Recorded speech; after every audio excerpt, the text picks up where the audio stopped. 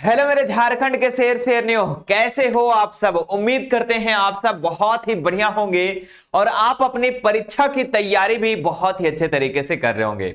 तो मेरे प्यारे बच्चों, क्लास 8 के आज हम कक्षा 8वीं का विज्ञान के 50 ऐसे सवालों को करवाने जा रहे हैं जो ऑब्जेक्टिव सवाल होंगे, जो 50 नंबर के होंगे। जी हाँ मेरे प्यारे बच्चों, आपकी परीक्षा में जो बोर्ड एग्जाम होगा क्लास 8 का, जैक बोर्ड का, उसमें 50 सवाल पूछे जाएंगे प्रत्येक सब्जेक्ट का। और आज हमें विज्ञान के ही 50 सवालों को करेंगे जो सबसे ज्यादा महत्वपूर्ण होगा, जो बार बार पूछा जाने वाला सवाल होगा। मेरे प्यारे बच्चों, उन्हीं सब सवालों को आज की इस वीडियो में हम देखने वाले हैं। जी हाँ, इससे पहले मेरे प्यारे बच्चों, आपकी बोर्ड परीक्षा की तैयारी के लिए हमने मेरे प्यारे बच्चों बहुत सारे वीडियो क्लास 8 का बना रखा है। आप उसे जरूर देखना, प्लेलिस्ट में जाकर जरूर देखना, क्योंकि आपकी तैयारी को बहुत ही बेहतर बनाना है मुझे बच्चों। जैसे क्लास 10th के बच्चे तैयारी किए हैं, 10th के बच्चे फोड़े हैं, वैसे आप भी फोड़ोगे। तो चलिए शुरू करते हैं और देखते हैं वो 50 सवाल कौन कौन से हैं जो बार बार एक क्वेश्चन आपके एग्जाम में पूछे जाते हैं। तो चलिए शुरू करते हैं। प्यारे बच्चों, ये देखिए आपके जो प्रश्न लिया गया है, ये मॉडल प्रश्न पत्र से लिया गया है, तो काफी ज्यादा महत्वपूर्ण है बच्चों, है ना। ये आपके जेसीईआरटी से जो ये ऑफिशियल मॉडल पेपर है, वही आपके पीवाईक्यू मॉडल पेपर को लिया गया है। सारे के सारे महत्वपूर्ण सवाल है, आपको पूरा का पूरा देखना है। प्यारे बच्चों, ये देखो सबसे पहला सवाल क्या पूछ रहा है। ठीक है, मैं थोड़ा सा बड़ा कर देता हूं, है ना। चलो, पहला सवाल है मेरे प्यारे बच्चों, ये दिया गया है कि कोशिकाओं का वह समूह जिसकी रचना, उद्गम और कार्य समान हो तो उसे क्या कहते हैं, है ना। ऑप्शन दिए गए हैं कोशिका झिल्ली, केंद्रक, उत्तक या जीवद्रव। यहां पर पूछ रहा है बच्चों कि जिसकी रचना और उद्गम और कार्य भी क्या हो, समान हो, है ना, उसको क्या कहते हैं। तो याद रखिएगा बच्चों, उसको हम उत्तक कहते हैं, है ना। समान उत्पत्ति और समान कार्य करने वाले, है ना, कोशिकाओं के समूह को ही, कोशिकाओं के ग्रुप को ही हम क्या कहते हैं बच्चों, उत्तक कहते हैं। कहते हैं ना बच्चों, है ना। मेरा पेन कहां गया, देखो। कहते हैं मेरे प्यारे बच्चों, क्या कहते हैं कि बहुत सारे, है ना, बहुत सारे मेरे प्यारे बच्चों कोशिका, बहुत सारे कोशिका मिल करके ही क्या बनता है बच्चों, बहुत सारे कोशिका मिल करके ही क्या बनता है, उत्तक बनता है ना। बहुत सारे उत्तक मिल करके मेरे प्यारे बच्चों क्या बनता है, बहुत सारे जो उत्तक, अगर मैं उत्तक, बहुत सारे उत्तक को अगर मिला दूं तो क्या बनता है, अंग बनता है बच्चों, है ना। और बहुत सारे अंग मिल करके क्या बनते हैं, अंगतंत्र बनता है। मुझे उम्मीद है कि आप सभी बच्चों को याद होगा। और बहुत सारे अंगतंत्र मिलकर के पूरा बॉडी निर्माण होता है। तो अगर कह देगा कि मनुष्य का, है ना, या फिर किसी भी जीवन की सबसे छोटी इकाई क्या है, तो कोशिका है। और कोशिका के बाद उत्तक बनता है, उत्तक के बाद अंग बनता है, अंग के बाद अंगतंत्र बनता है, और उसके बाद पूरा बॉडी बनता है। ठीक है, याद रहेगा। बोले हाँ सर याद रहेगा। तो ऑप्शन नंबर सी इसका राइट आंसर हो जाएगा कि रचना और उद्गम तथा कार्य अगर समान है तो उसको हम उत्तक कहते हैं। चलिए आगे बढ़ते हैं प्यारे बच्चों। नेक्स्ट सवाल कह रहा है कि एक कोशिका, है ना, एक कोशिकीय जीव कौन सा है जो एक कोशिकीय है, सिर्फ सिंगल कोशिका से मिलकर बना है। सिर्फ सिंगल मतलब बहुत सारी कोशिका से मिलकर नहीं बना है, सिर्फ एक कोशिका। मक्खी होगा, केचुआ होगा, अमीबा होगा या तितली होगा। तो हमें प्यारे बच्चों बचपन से पढ़ाया गया है कि अमीबा एक कोशिकीय जीव है। कैसा जीव है, एक कोशिकीय जीव है। तो ऑप्शन नंबर सी इसका राइट आंसर हो जाएगा कि यही जो है अमीबा, ये एक कोशिकीय जीव है। चलो आगे बढ़ते हैं प्यारे विद्यार्थी जी। सजीव के शरीर की संरचनात्मक एवं क्रियात्मक इकाई क्या है ना। तो सजीव की सबसे छोटी इकाई, संरचनात्मक और क्रियात्मक इकाई क्या है। ऑप्शन दिए गए बच्चों, कोशिका, है ना, कोशिका। ऑप्शन है कोशिका भित्ति, उत्तक, कोशिका झिल्ली। तो याद रखिएगा, सजीव की सबसे छोटी कार्यात्मक या संरचनात्मक इकाई पूछा जाएगा तो कह देना कोशिका, है ना बच्चों। यही कोशिका क्या है, ये जीवन की मूलभूत, है ना, सबसे छोटी इकाई, आधारभूत इकाई हम जिसको कहते हैं, कोशिका। अच्छा, अगर कह दिए मेरे प्यारे बच्चों कि कोशिका का खोज कब हुआ था, तो 1665 ईस्वी में हुआ था। ये भी याद रखेंगे, है ना, एग्जाम में वेरी वेरी इंपॉर्टेंट है बच्चों, है ना, पूछा जाता है कोशिका का खोज कब हुआ था। अच्छा, कौन किया था बब्बू, तो कहना रॉबर्ट हुक किया था। कौन किया था, तो कह देना रॉबर्ट हुक किया था 1665 ईस्वी में। ठीक है, चलो आगे बढ़ते हैं मेरे प्यारे विद्यार्थी जी। नेक्स्ट सवाल पर कहता है कि निम्न में से कौन, है ना, निम्न में से कौन सी आधातु है ना, पूछ रहे कौन आधातु है इसमें। निम्न में आधातु कौन सी है, सल्फर है, कार्बन है, ऑक्सीजन है या इनमें से सभी। तो बच्चों यहां पर जितने भी ऑप्शन दिए गए सारे के सारे क्या है, आधातु है ना, नॉन मेटल है बच्चों। ऑप्शन नंबर डी इसका राइट आंसर हो जाएगा। क्लियर है बच्चा, बहुत बढ़िया। आगे बढ़ते हैं, नेक्स्ट सवाल कह रहा है कि निम्न में से धातुओं का उपयोग कहाँ किया जाता है? बप्पा धातुओं का उपयोग तो बड़ी जगह किया जाता है ना, पटाखम भी किया जाता है, उर्वरक में भी किया जाता है, खाना बनाने के बर्तन में, तो इनमें से सभी इसका राइट आंसर हो जाएगा।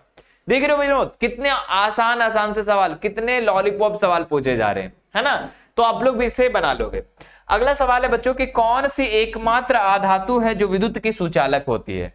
बच्चों जितना भी दुनिया में आधातु है ना, वो विद्युत का सुचालक नहीं होता है, मतलब इधर करंट सटाएंगे तो इधर नहीं पार होगा, लेकिन एक ऐसा आधातु है जो क्या होता है, जो करंट प्रवाहित होता है, वो मेरे प्यारे बच्चों क्या है? ग्रेफाइट, है ना, क्या है? ग्रेफाइट। जो पेंसिल के अंदर जो होता है ना, पेंसिल के अंदर जो ये क्या बोलते हैं, ग्रे कलर का, है ना, तो वो मेरे प्यारे बच्चों विद्युत का सुचालक होता है। तो कभी भी वो पेंसिल को ऐसे करके जाके बोर्ड में मत चिपकाना, वरना तुम चिपक जाओगे, है ना। क्यों? क्योंकि मेरे प्यारे बच्चों वो विद्युत का सुचालक है, मतलब करंट इधर इधर प्रवाहित होती है ना। तो याद रखेगा, ये मेरे प्यारे बच्चों आधातु होते हुए भी क्या है? विद्युत का सुचालक है। क्लियर? आगे बढ़ते हैं। नेक्स्ट देखिए बच्चों, सूक्ष्म जीव की वृद्धि को रोकने के लिए किसका उपयोग किया जाता है? सूक्ष्म जीव बच्चों वृद्धि को रोकने के लिए हम लोग नमक का भी प्रयोग करते हैं, है ना, नमक को उपयोग करते हैं बच्चों, है ना, खाद्य तेल का भी करते हैं, चीनी का भी करते हैं, तो इनमें से सभी हो जाएगा, है ना। अगर सूक्ष्म जीव को वृद्धि से रोकना है, मतलब कि बढ़ते बढ़ती संख्या में से रोकना है, तो इन सभी का प्रयोग हम लोग करते हैं, है ना। जैसे अचार वगैरह में भी हम लोग नमक डालते हैं ना, खाद्य तेल डालते हैं, है ना। आगे देखते हैं बच्चों, लिग्यूम पौधे की जड़ों में कौन सी जीवाणु उपस्थित होता है? तो लिग्यूम पौधा यानी कि जो दलहन पौधा होता है बच्चों, है ना, उसमें जो होता है ना, उसमें राइजोबियम, उसकी जड़ों में राइजोबियम जो है जीवाणु उपस्थित होता है ना। यही बच्चों नाइट्रोजन स्थिरीकरण करता है। ठीक है, तो ऑप्शन नंबर ए इसका राइट आंसर हो जाएगा। आगे बढ़ते हैं। अगला सवाल देखिए बच्चों, क्या कह रहा है कि भिंडी की, है ना, भिंडी की पीत किस सूक्ष्म जीव से होता है? भिंडी की पीत बच्चों ये एक क्या है? पौधे की वायरल बीमारी है, वायरस, है ना, तो ये वायरस से फैलेगा बच्चों, विषाणु से, है ना, विषाणु से। ऑप्शन नंबर डी इसका राइट आंसर हो जाएगा। चलिए आगे बढ़ते हैं। विद्युत द्वारा किसी पदार्थ पर किसी वांछित धातु को निक्षेपित करने की प्रक्रिया क्या कहलाती है? तो कोई भी विद्युत के द्वारा अगर हम कोई धातु पर अगर कोई लेपन चढ़ा रहे तो उसको क्या कहेंगे? विद्युत धारा कहेंगे, विद्युत अपघटन कहेंगे, विद्युत लेपन कहेंगे, चालकता कहेंगे। तो विद्युत पर ही हम विद्युत के द्वारा ही हम क्या करेंगे? किसी पदार्थ पर धातु को लेपित करेंगे। जैसे देखते हो साइकिल वगैरह में, रिम वगैरह में किया जाता है ना, रिम देखते हो कितना चमकता है, तो विद्युत में क्या किया जाता है? विद्युत लेपन किया जाता है बच्चों, है ना। तो ऑप्शन नंबर सी इसका राइट आंसर हो जाएगा। ऑप्शन नंबर सी इसका राइट आंसर हो जाएगा। बच्चों एक बार मुझे बताना कि मजा आ रहा है क्लास में, है ना, क्या सारी चीजें क्लियर हो रही है धीरे धीरे? बच्चों मैं बता रहा हूं कि जितने भी मैंने क्लास 8 का वीडियो बनाया है, आप उसे जरूर देखना जाके प्लेलिस्ट पर। और हाँ, उन बच्चों के लिए मैं कह देता हूं जो मेरे प्यारे बच्चों जो अभी क्लास 9th में जाने वाले हैं, उन लोगों के लिए हमारा मिशन टू मेरे प्यारे बच्चों प्रयास बैच लेकर आया है ना। प्रयास बैच, है ना बच्चों, प्रयास बैच। बोले सर किन बच्चों के लिए लाया गया है प्रयास बैच? तो प्यारे बच्चों प्रयास बैच सिर्फ आप ही लोग के लिए लाया गया है, क्योंकि प्रयास बैच जो है बच्चों 9th की क्लास तैयारी करवाई जाएगी, जो 2027 में अपनी परीक्षा देंगे, है ना। तो जो बच्चे अपनी परीक्षा 2027 में देने वाले हैं, है ना, उन लोगों के लिए प्रयास बैच है। और ये प्रयास बैच मेरे प्यारे बच्चों जैसे आपके एग्जाम खत्म होगी तो जल्दी से शुरू हो जाएगी। और हाँ, इस प्रयास बैच में आपके क्लास 8 का भी तैयारी होगा, है ना, मतलब जो भी 10 दिन 5 दिन बचा हुआ है, उसमें आपकी जो मेन क्वेश्चन होंगे वो भी आपको मिल जाएगा फ्री में। कहते ना बाय 1 गेट 1 फ्री होगा। अगर इस प्रयास बैच को अभी ले लेते हो आप जा करके, ये बैच बच्चों बैच जो है आपका एप्लीकेशन मिशन 2 वाले सर, है ना, जो ऐप है ना, जो प्ले स्टोर पर जाकर के डाउनलोड कर सकते हैं, मिशन 2 वाले सर, उस वहां पे आपको प्रयास बैच मिल जाएगा, है ना। और बहुत ही मिनिमम फी में बच्चों, है ना, जैसे 10th की तैयारी हम लोग ऑनलाइन करते हैं ना, वैसे 9th का भी तैयारी गर्दा उड़ा देंगे। क्या करेंगे बच्चों? गर्दा उड़ा देंगे, है ना। बहुत सारे बच्चे का डिमांडेड था, बहुत सारे बच्चों की संख्या में वहां पे जुड़ चुके हैं। आप लोग भी जितना जल्दी हो सकता है जुड़ सकते हैं, है ना। मैं प्रयास बैच के बारे में और भी विस्तार से नीचे बता दूंगा। अभी आगे देखते हैं क्या है बच्चों, कौन सा घोल विद्युत कुचालक होता है ना। नींबू का रस, नल का पानी, सिरका, आसुत जल। मतलब विद्युत का कुचालक मतलब करंट प्रवाहित नहीं होती बच्चों, तो आसुत जल जो है ये विद्युत का क्या होता है? कुचालक होता है, मतलब कि करंट प्रवाहित नहीं होती है। क्या होती है बच्चों? इसमें करंट जो होता है ये प्रवाहित नहीं होता है। ठीक है, तो ऑप्शन नंबर डी इसका राइट आंसर हो जाएगा। आसुत जल में क्यों? क्योंकि उसमें कोई भी अशुद्धियां नहीं होती है, उसमें H+ आयन ना OH- आयन होता है। ठीक है, तो ऑप्शन नंबर डी इसका राइट आंसर हो जाएगा। बाकी नींबू का पानी में भी करंट प्रवाहित हो जाएगा। जैसे मान लो एक टप ले लो, है ना, टप में मेरे प्यारे बच्चों इधर करंट सटाओ इधर चला जाएगा, है ना, मतलब कि इसमें प्रवाहित होगी। जल नल का पानी में सिरका में हो जाएगा, लेकिन आसुत जल में नहीं होगा, याद रखिएगा। आगे देखते हैं। विद्युत अपघटन का क्या उपयोग है बच्चों, है ना, कह रहा है विद्युत अपघटन का क्या उपयोग है। तो विद्युत अपघटन कब कराया जाता है, तो धातुओं का निष्कर्षण करने में, धातु को अलग करने में, है ना, धातु को शुद्धिकरण करने में, बिल्कुल, इलेक्ट्रोपेंटिंग करने में, सभी इसका राइट आंसर हो जाएगा, है ना। विद्युत जो अपघटन है ये सभी चीजों में प्रयोग किया जाता है। अगला सवाल देखो, निम्न में से कौन जीवों के जनन के अलैंगिक जनन विधि है। तो निषेचन भैया ये लैंगिक है, काय अंतर नहीं। मुकुलन, मुकुलन जो है बच्चों ये अलैंगिक जनन है। क्या है, अलैंगिक जनन। और ये कहां पर होता है, हाइड्रा में होता है, याद रखिएगा, हाइड्रा में। ये अलैंगिक जनन का उदाहरण है। अगले देखिए, बाह्य निषेचन किस में होता है बच्चों, तो ऑप्शन दिए गए यहां पर, है ना, मछली में, स्टारफिश में, मेंढक में, सभी में।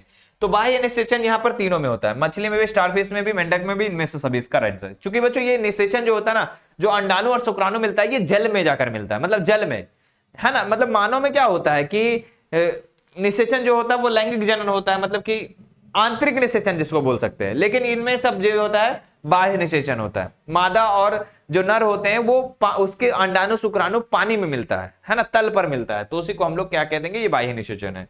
अगले देखिए, निषेचन के परिणाम स्वरूप क्या बनता है। जब निषेचन होता है बच्चों, अंडाणु और शुक्राणु मिलता है ना, तो युग्मनज बनता है, जायगोट का निर्माण करता है ना। अगर मेरे प्यारे बच्चों नर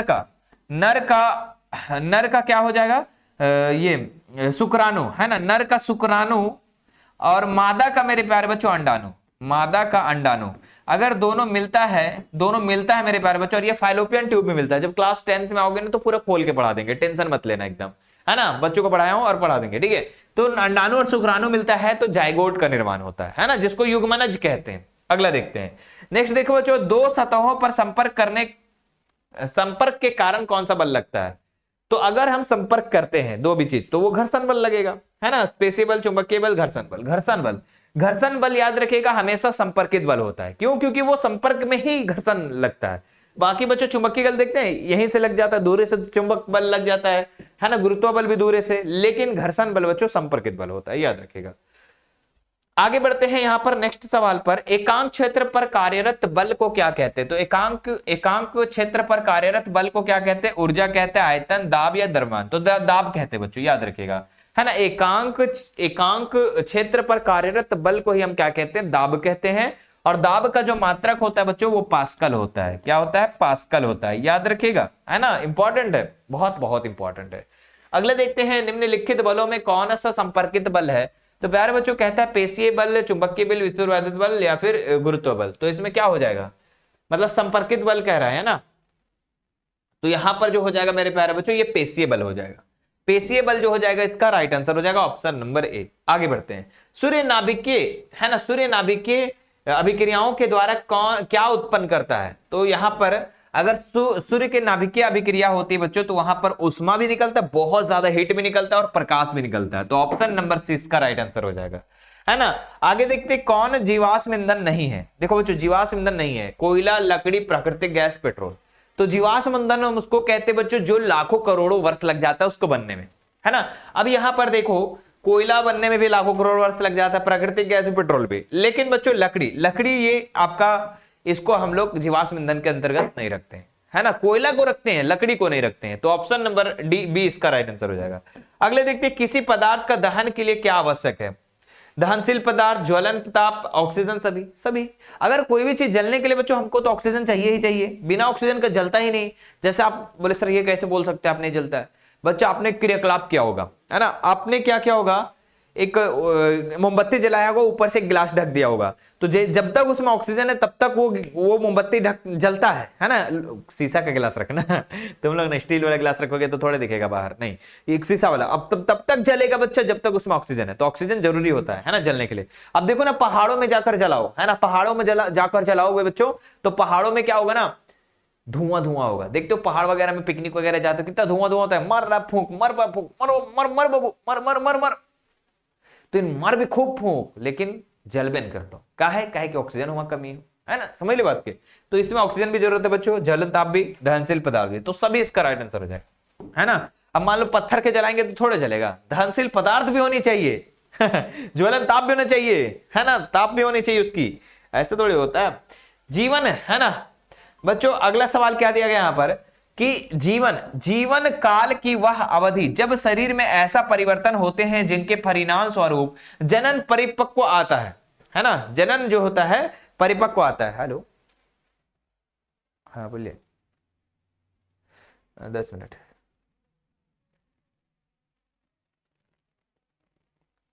अच्छा ठीक ठीक। हाँ, तो हम लोग कहाँ थे? जीवन काल की वह अवधि जब शरीर में ऐसे परिवर्तन होते हैं जिनके परिणाम स्वरूप क्या होता है? जनन परिपक्व आ जाता है। तो प्यारे बच्चों, जनन परिपक्व बाल्यावस्था में तो होता नहीं है, है ना, युवावस्था में नहीं, किशोरावस्था में। जब जब जब लड़का लड़कियां जो होती किशोरावस्था की उम्र में आ जाती है, मतलब 11 से 19 वर्ष के बीच में आ जाता है, उस समय उसमें जनन परिपक्व आ जाता है। मतलब क्या होता है, लड़कों में क्या होती, मूछ दाढ़ी आने लगती है, जनन अंग में बाल वगैरह आने लगते हैं, है ना। लड़कियों में भी इसी तरीके से कमर चौड़ी होने लगती, बहुत सारी चीजें, मतलब जनन अंग में इसमें चेंजेस आने लगते हैं, और वो जनन करने की क्षमता भी रख लेता है ना। तो किशोर अवस्था की उम्र में, है ना। तो ऑप्शन नंबर सी इसका राइट आंसर हो जाएगा। क्रोध, चिंता, उत्तेजना की अवस्था में कौन सा हार्मोन उत्तरदायी है ना। जब क्रोध, चिंता, उत्तेजना की अवस्था में कौन सा हार्मोन उत्तरदायी है बच्चों?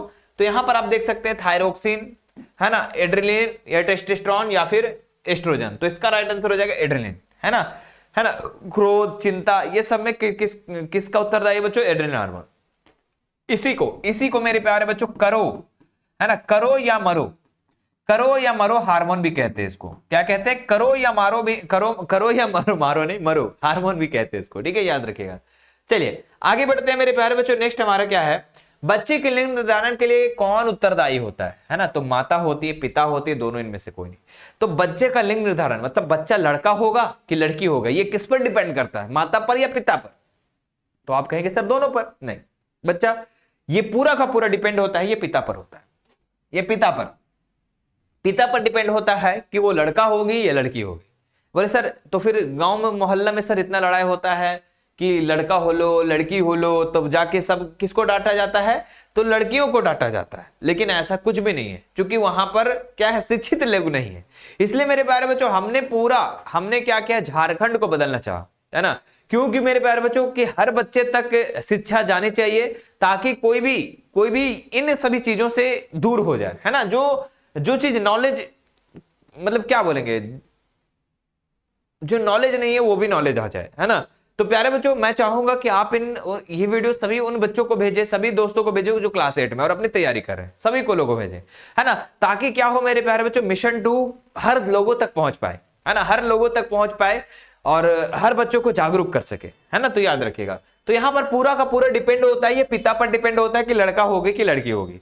प्यारे बच्चों, आप लोग को पता होगा एक्स और वाई के बारे में, है ना, एक्स और वाई के बारे में। देखो बच्चों, ये क्या होता है ना, ये पुरुषों में होता है और ये महिलाओं में होता है। जब इसका एक्स और इसका एक्स मिलता है तो लड़की की जन्म होती है, और जब पुरुष का वाई और महिला का एक्स मिलता है तो किसका जन्म होता है? लड़का का जन्म होता है। तो ये पूरा डिपेंड होता है, ये पिता पर डिपेंड होता है, ठीक है। तो ऑप्शन नंबर इसका बी इसका राइट आंसर हो जाएगा।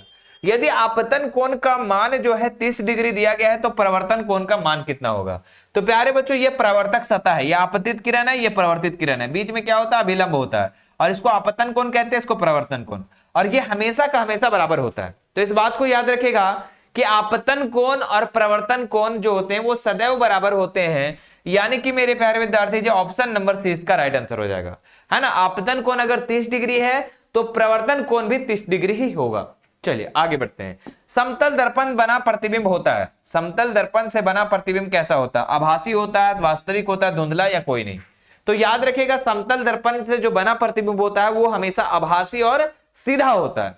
तो ऑप्शन नंबर ए इसका राइट आंसर हो जाएगा, आभासी एवं सीधा होता है। चलिए, वह यंत्र जो दृष्टि रेखा पर नहीं रहने पर वस्तुओं को भी दिख सकता है। अब देखो भैया, हम उसी चीज को देख सकते हैं जो हमारी दृष्टि रेखा में है, जो हमारे चारों साइड दिख रहे हैं, उसी को देख सकते हैं। अब बोल देंगे कि तुम पटना को देखो, है ना, तुम पटना को देखो, तुम रांची को देखो। भैया हम हजारीबाग में कहां से देख पाएंगे? नहीं देख पाएंगे। तो जो दृष्टि में है उसी को देख पाएंगे। लेकिन एक ऐसा चीज है बच्चों जिसको हम कहते हैं पेरिस्कोप।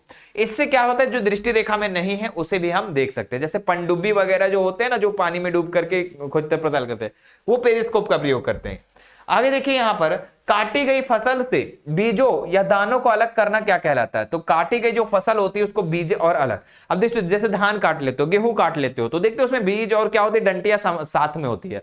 अब उसको अलग करने को हम लोग क्या कहते हैं? तो ऑप्शन दिया गया यहाँ पर, निराई कहते हैं, औसाई कहते हैं, कटाई कहते हैं, थ्रेसिंग। तो उसको कहते हैं थ्रेसिंग। अरे भैया गेहूं काट लियो, थ्रेसर मशीन लेकर आओ, है ना, बोलते हैं ना, थ्रेसिंग करते हैं उसको। क्या कहते हैं? गेहूं और उसकी डंडी को अलग करना को हम क्या कहते हैं बच्चों? थ्रेसिंग कहते हैं, याद रखिएगा। अनाज के भंडारण के लिए अनाज की नमी की मात्रा क्या होनी चाहिए? नमी की मात्रा तो बच्चों कम से कम जो होनी चाहिए ये 14% से कम होनी चाहिए। 14% से कम होनी चाहिए, तब वो अनाज भंडारण कर सकते हैं वहां पर, ठीक है। तब वो अनाज का भंडारण करने के लिए नमी की मात्रा जो होनी चाहिए 14% से कम होनी चाहिए। उससे ज्यादा रहेगा अनाज खराब हो जाएगा, और ज्यादा भी कम हो जाएगा तो भी दिक्कत है, क्या कि उसमें कीड़े मकोड़े लग जाएंगे, है ना। तो याद रखिएगा। किस जीव को किसानों का मित्र कहा जाता है भैया? है ना, हम गरीब ठहरे किसान, हमारा मित्र कौन होगा? है ना, हमारा मित्र कौन होगा बताओ? सांप होगा? अरे भैया सांप कौन से होगा? हाथी होगा? नहीं भैया, अभी तो हाथी पूरा चारों साइड घूम रहे, घरे धास दे रहे। चूहा, है ना, चूहा तो हमारा बर्बाद कर रहा है। केचुआ, बोले सर केचुआ कैसे सर? हाँ बच्चा, ये केचुआ जो होता है ना किसानों का मित्र होता है, क्योंकि यही केचुआ क्या होता है, ये क्या करता है ना, जमीन को मेरे प्यारे बच्चों जिस मिट्टी होती है उसको उपजाऊ बना देता है ना। तो ऑप्शन नंबर डी इसका राइट आंसर है, ये किसानों का मित्र है ना। क्या है? किसानों का मित्र। अगला देखिए, सूर्य सबसे ऊपरी सतह तापमान कितना होता है? तो ये 6000 डिग्री सेल्सियस होता है ना सूर्य का। आगे देखते हैं बच्चों यहां पर क्या दिया गया, निम्न में से कौन प्राकृतिक उपग्रह है? प्राकृतिक उपग्रह कौन सा हो जाएगा? सूर्य तो नहीं है भैया, चंद्रमा। हाँ बच्चों, चंद्रमा जो है ये प्राकृतिक उपग्रह है ना। ये पृथ्वी का मात्र एक उपग्रह प्राकृतिक उपग्रह जो चंद्रमा है। तो ऑप्शन नंबर 20 का राइट आंसर हो जाएगा, है ना। बाकी आर्यभट्ट हो गया, ये क्या हो जाएगा? कृत्रिम उपग्रह हो जाएगा। आर्यभट्ट वगैरह क्या हो जाएगा? कृत्रिम उपग्रह। चलिए आगे देखते हैं, किस ग्रह का द्रव्यमान सबसे अधिक होता है? जो सबसे बड़ा होगा, सबसे भारी होगा। तो सबसे भारी क्या है? पृथ्वी, शुक्र, बृहस्पति, मंगल। तो आप लोग बचपन से याद करते आ रहे हो कि बृहस्पति सबसे बड़ी ग्रह है, गिरी नहीं ग्रह है, इसीलिए इसको हम लोग क्या कहते हैं बच्चों? जुपिटर, है ना, सबसे बड़ा ग्रह। सबसे छोटा ग्रह क्या है ये आप हमें कमेंट करके बताओ बच्चा, है ना। चलो आगे देखते हैं, घर्षण हमेशा क्या होता है? हानिकारक होता है, लाभदायक होता है? नहीं बच्चा, है ना, कभी हानिकारक होता है, कभी लाभदायक होता है। तो कभी हानिकारक, कभी लाभदायक हो सकता है। आगे आगे देखिए क्या ऑप्शन है। अगर दोनों ऑप्शन रहेगा तो लिख देंगे दोनों, लेकिन दोनों ऑप्शन नहीं रहेगा तो आगे पढ़ के देखेंगे। आरोपित बल की दिशा में कार्य करते हैं? ना ना ना ना ना, आरोपित बल के विरोध कार्य करता है बच्चों। अगर हमको जाना ऐसे है तो हमको ऐसे धकेलेगा, मतलब घर्षण हमेशा उल्टा काम करता है, ठीक है, याद रखिएगा। घर्षण निर्भर करता है प्रकृति के पृष्ठ पर, बिल्कुल। अगर मान लो टाइल वगैरह घर में लगा हुआ है तो घर्षण कम होगा, तेल उसमें गिरा देंगे तो और एक घर्षण कम हो जाएगा। तो ये पृष्ठ के प्रकृति पर भी निर्भर करता है। वस्तु के भार पर, बिल्कुल हाँ, है ना, वस्तु के भार पर। अब हल्का रहेगा तो स्लिप अच्छा, मतलब कि आसानी से हम एक जगह से दूसरी जगह ले जा सकते हैं, लेकिन भारी रहेगा तो कम, दोनों। या फिर बच्चों ये अगला ऑप्शन क्या कह रहा है इधर देख लेते हैं, किसी पर नहीं, तो दोनों हो जाएगा बच्चों इस पर, है ना।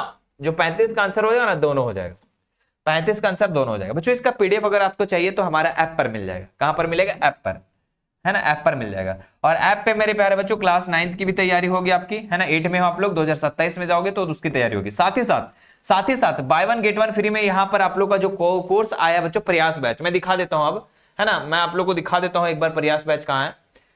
खुल जा सिम, हमारा प्रयास बैच कहां पर है, जल्दी से बता दो। सिम, है ना, प्रयास बैच टीम में ही होगा। हाँ देखो बच्चों, है ना, ये तो हेल्पलाइन नंबर है, इससे पहले हमारा प्रयास बैच मिल जाएगा। देखो ये देखो बच्चों, प्रयास बैच 2026-27 बच्चों के लिए, क्लास 9 के बच्चों के लिए है। ये अंग्रेजी माध्यम, है ना, साथ ही साथ हिंदी माध्यम, खास करके मेरे प्यारे बच्चों यहाँ पर हिंदी माध्यम है ना। और ये सारे सब्जेक्ट यहाँ पर Hindi, English, math, science, SST, सारा का सारा तैयारी होगा बच्चों। जैसे 10th का तैयारी होता है वैसे 9th का। और इस बार जान लो 9th का जो एग्जाम होगा ना, वो ऑब्जेक्टिव सब्जेक्टिव दोनों होगा, है ना। और बहुत ही मिनिमम फी बच्चों देख रहे हैं, 1499 को। अभी आप लोग का जब तक क्लास स्टार्ट नहीं हो रहा है 9th का, 8 का तो स्टार्ट हो गया है ना, ऐप पर रेगुलर क्लासेस चलेगी अब, है ना। 8 का जो कि तैयारी करवाने के लिए, ताकि आप 9th में अच्छा कर पाओ, है ना। तो जो भी एग्जाम का जो काम जो बचा हुआ है समय, उसमें 8 का भी तैयारी हो जाएगा, ठीक है। तो सोचो बाय 1 गेट 1 फ्री मिलेगा बच्चों। ये 499 रुपए मात्र, 1000 का डिस्काउंट मिल रहा है, 1000 का, सोच रहे हो 1000 का डिस्काउंट, ठीक है। तो मात्र 499 में। अब सोचो एक मजदूर का जो फी होता है बच्चों, उससे भी हम बहुत कम ले रहे हैं, और पूरा साल भर के लिए, पूरा साल भर, एक बार ले लोगे बच्चों, पूरा साल भर पढ़ोगे, है ना। इसमें सभी चीजें मिलेगी, लाइव क्लासेस मिलेगा, रिकॉर्ड क्लासेस मिलेगा, चैप्टर वाइज नोट्स मिलेगा, टेस्ट सीरीज मिलेगा, पीडीएफ नोट्स मिलेंगे, सारी चीजें बच्चों, है ना। साथ ही साथ इंपॉर्टेंट क्वेश्चन भी एग्जाम आएगा तो, है ना, तो सब चीज मिलेगा मेरे प्यारे बच्चों, है ना। ये क्लासेस कहां पर होगा तो याद रखिएगा, ऐप का नाम है मेरे प्यारे बच्चों मिशन 2 वाले सर, है ना। क्या नाम है ऐप का, तो ऐप का नाम है मिशन 2 वाले सर, है ना। ऐप डाउनलोड कर लेना बच्चों, है ना, डाउनलोड कर लेना, यहीं पे सारी चीज मिलेगा। प्रीवियस ईयर क्वेश्चन वगैरह चाहिए 8 का तो भी मिल जाएगा, 8 का हमने डाल रखा है, 9 का भी मिल जाएगा, है ना, यही वाले बैच में, है ना, 8 और 9 दोनों का मिल जाएगा। अभी जाके डाउनलोड कर लो आप लोग, मिशन 2 वाले सर, है ना। तो बैच के अंदर बच्चों आप लोग को हम दे दिए गए हैं, है ना, ताकि आपकी तैयारी बेहतर हो सके। तो बहुत बहुत हेल्प कर रहे बच्चों, जिस तरीके से 10th में हमने किया है 8 9 में भी करेंगे अब, है ना। बस आपको अपना सपोर्ट बनाए रखना है, अपने सभी दोस्तों को बता देना है इस बैच के बारे में, स्कूल जाओगे वहां पर भी बता देना है, और क्लासेस जब करोगे ना, जब धुआं करोगे ना, तब आपको समझ में आ जाएगा अच्छे से, है ना। हाँ इंग्लिश माध्यम में अगर कोई बच्चे होंगे, अगर हाँ हेल्पलाइन नंबर है बच्चों, अगर कोई भी दिक्कत है, कोई समस्या है तो इसमें कॉल कर सकते हैं कि हाँ हमें पेमेंट नहीं करने आ रहा है, हमें खरीदने नहीं आ रहा है, हमें सर लॉगिन नहीं करने आ रहा है, तो यहां पर जाकर आप कॉल कर सकते हैं। कोई भी दिक्कत है, पीडीएफ नहीं मिल रहा है, तो वो भी जाकर के इस समस्या में, कोई भी कोर्स से संबंधित समस्या में आप लोग इसमें कॉल कर सकते हैं, ठीक है। चलो, तो ये चीज हमने बता दिया, अब आते हैं हम लोग सवालों की तरफ बच्चों। हाँ यहां पर थे, खुल जा सिम। हाँ अरे ये क्या हो गया भाई,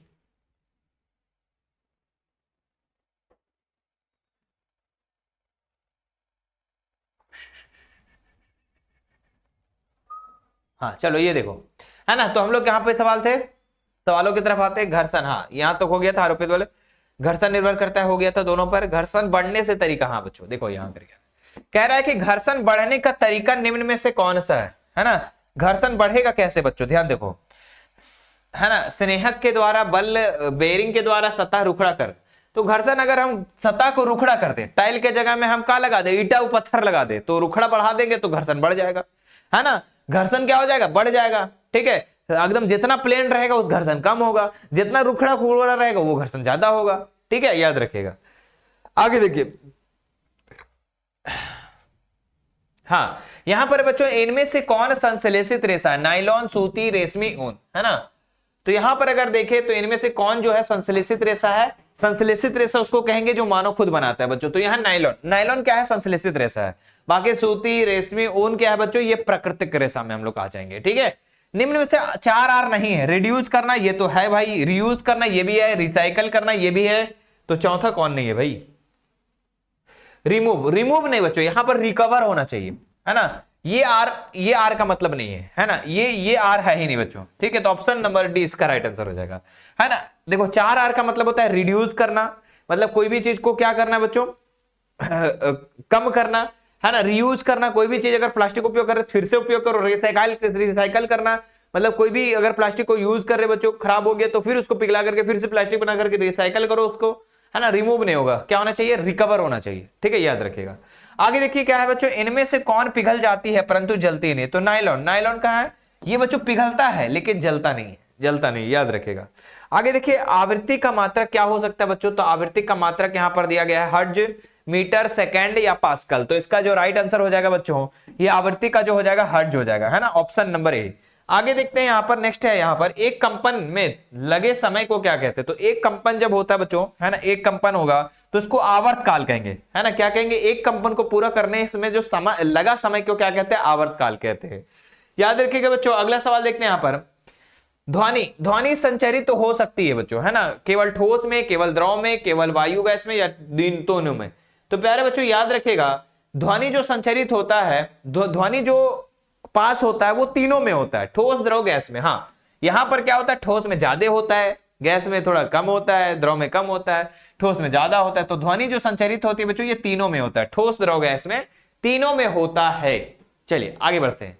यहां पर बच्चों किसी आवेशित वस्तु का आवेश को पृथ्वी पर स्थानांतरित करने की प्रक्रिया को क्या कहते हैं, तो उसको क्या कहेंगे, भू संपर्क, है ना, इसी को तो कहते हैं अर्थिंग, इसी को क्या कहते हैं, अर्थिंग। ऑप्शन नंबर ए इसका राइट आंसर हो जाएगा। अगला देखते हैं बच्चों, यहां पर क्या है, भूकंप की शक्ति को, परिणाम को कैसे मापा जाता है ना, सिस्मोग्राफ के द्वारा, ओलमीटर, आमीटर, गैल्वेनोमीटर। तो याद रखिएगा कि अगर भूकंप की शक्ति को मापना है कि क्या कितना तीव्रता भूकंप है, रिएक्टर पैमाना कितना रिएक्टर है, ठीक है, तो यहां पर बच्चों हम सिस्मोग्राफ के द्वारा मापेंगे। किसके द्वारा मापेंगे, तो सिस्मोग्राफ के द्वारा, तो भूकंप को मापने की जो यंत्र है उसको क्या कहेंगे, सिस्मोग्राफ यंत्र कहेंगे। ठीक है, आवेश कितने प्रकार के होते हैं, तो बचपन से पढ़ते आ रहे हो 2 प्रकार के, है ना, एक ऋण आवेश और एक धन आवेश, एक ऋण आवेश और एक धन आवेश, बच्चों याद रखिएगा, एक ऋण आवेश एक धन आवेश, 2 प्रकार के होते हैं। वायुमंडलीय में निलंबित सूक्ष्म सूक्ष्म ठोस या तरल कण को बादल को क्या कहते हैं बच्चों, है ना, तो वायुमंडल में जो छोटे छोटे कण होते हैं ठोस जैसा, उसको हम लोग क्या कहते हैं, एरोसोल कहते हैं, धुआं कहते हैं, वाष्प कहते हैं, क्लोरोफ्लोरोकार्बन। तो हम बच्चों वायुमंडल में जो निलंबित छोटे छोटे जो कण है उसको हम लोग एरोसोल कहते हैं। ऑप्शन नंबर 20 का राइट आंसर हो जाएगा। आगे देखते हैं, वायुमंडल में ऑक्सीजन गैस कितना प्रतिशत होता है, तो ये तो सभी बच्चों को पता है, वायुमंडल में जो है, अरे ये तो नाइट्रोजन कर दिए, 21%, है ना, आप लोगों को पता है 78% जो है ये नाइट्रोजन है, 21% जो है बच्चों ये क्या है, ऑक्सीजन है, और 1% जो बच जाता है वो अन्य गैस में आ जाता है बच्चों, है ना, जिसमें सबसे ज्यादा आर्गन होता है ना, सबसे ज्यादा आर्गन होता है, याद रखिएगा, सबसे ज्यादा नाइट्रोजन, उसके बाद ऑक्सीजन, उसके बाद अन्य गैस, और अन्य गैस के अंतर्गत ही आर्गन बोल सकते हैं हम लोग।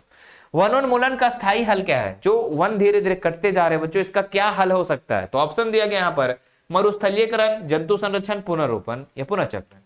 तो अगर हम लोग को वनोन्मूलन को अस्थायी रूप से अगर हटाना है बच्चों, तो हम लोग क्या करेंगे, एक पेड़ के बदले 10 पेड़ लगाएंगे, मतलब हम पुनर्रोपण करेंगे बच्चों। ऑप्शन नंबर C इसका राइट आंसर हो जाएगा।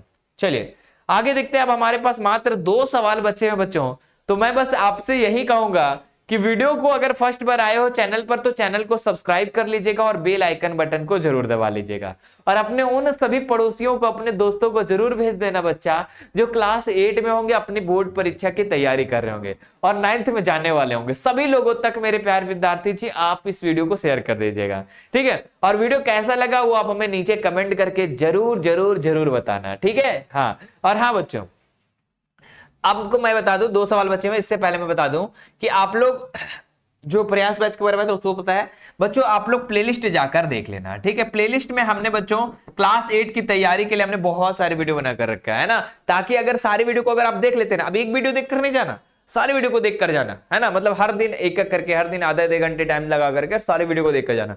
बता रहा हूं तहलका मचा दूंगी, एक भी क्वेश्चन आपसे बाहर नहीं आएगा। ठीक है, हाँ चलो, काला सोना किसे कहा जाता है, कोयला को, लोहा को, पेट्रोलियम को, चुंबक को। तो प्यारे बच्चों काला सोना जो कहा जाता है वो पेट्रोलियम को कहा जाता है। किसे कहा जाता है, पेट्रोलियम को, है ना। तो ऑप्शन नंबर, हाँ यहीं पे होगा, देखिएगा देखिए, हाँ दवा नहीं था, वो भारी होगा थोड़ा, देखिए ना, एक ही तो होगा कलर प्लास्टिक, देखिए ना, पेट्रोलियम को। चलिए इसका जो अगला सवाल है बच्चों, पेट्रोलियम को, है ना, कोयला को मत कर देना, पेट्रोलियम होगा यहाँ पर। ठीक है, याद रखिएगा। अगले देखिए, कौन प्राकृतिक, है ना, कौन सा प्राकृतिक संसाधन नहीं है, कौन सा प्राकृतिक संसाधन नहीं है, जल, हवा, सूर्य का प्रकाश, कपड़ा। तो इसका जो राइट आंसर हो जाएगा बच्चों, प्राकृतिक संसाधन यहाँ पर क्या हो जाएगा भाई, है ना, जल, हवा, प्राकृतिक गैस या सूर्य के प्रकाश नहीं है, पूछ रहे हैं ना, संसाधन नहीं है, तो यहाँ पर क्या हो जाएगा, सूर्य के प्रकाश तो है, हवा है, जल है बच्चों, कपड़ा नहीं होगा, है ना, कपड़ा क्या हो जाएगा, कृत्रिम हो जाएगा, उससे बनाया जाता है, मानव बना रहा है बच्चों, है ना, तो याद रखिएगा। तो ये था मेरे प्यारे बच्चों 50 सवाल। मुझे उम्मीद है कि 50 में से आप लोग अच्छा खासा उत्तर किए होंगे। कितना उत्तर किया आप हमें कमेंट करके जरूर बताना बच्चों कि 50 में आपने कितना उत्तर किया है। और क्या मेरे प्यारे बच्चों मैं आपसे जो सवाल करूंगा, क्या आप हमारी सारी वीडियो को देख रहे हैं, है ना, क्या मेरे प्यारे बच्चों आपने सारी वीडियो को आपने देख रहे हैं या नहीं देख रहे हैं, एक बार मुझे कमेंट करके बताना। और मेरे प्यारे बच्चों आपकी ही तैयारी के लिए हमने बहुत सारे ऐसे शिक्षकों को लाया है जो हिंदी, इंग्लिश, SST, है ना, पहले बच्चों की हमने अकेले पढ़ा रहा था आप लोगों को, है ना, 8 के बच्चों को हमें ना अकेले पढ़ा रहा था, मैथ साइंस सारी चीजें मैंने अकेले।